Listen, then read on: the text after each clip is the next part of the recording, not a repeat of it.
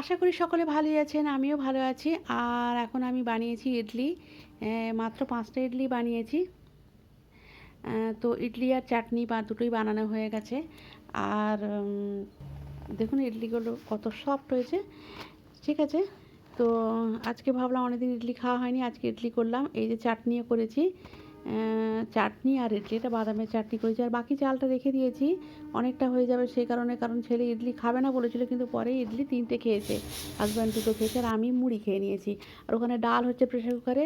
আর এখানে পালং শাকের তরকারি করব। ওই যে বেগুনগুলো কেটে রেখেছি, শাকটা ভিজিয়ে রেখেছি।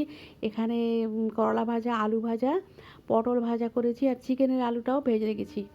এই যে দেখুন। আর করলাগুলো অল্প একটু জলে সেদ্ধ করে ভেজেছি, কারণ পুরোপুরি তেলে ভাজলে কালো হয়ে যায়, ফুড ভ্যালুটা নষ্ট হয়ে যায়। ঠিক আছে, তো ভাত হচ্ছে। আর এখানে মাছটা নুন হলুদ দিয়ে দিয়েছি। কাতলা মাছ আর চিকেন কারি করব, কারণ আজকে ভাগনা আসবে। তো রান্না করে ফেলেছি অলরেডি অফ ক্যামেরাতে। শাক, মাছ, ডাল আর আলু ভাজা, বেগুন ভাজা, পটল ভাজা তো আগেই দেখালাম করেছি। চাটনি একটু অল্প করেছি টমেটো দিয়ে, কিশমিশটা দিতে ভুলে গেছি। চিকেনটা এখনও হচ্ছে। তো আজকের ব্লগটা এই পর্যন্ত।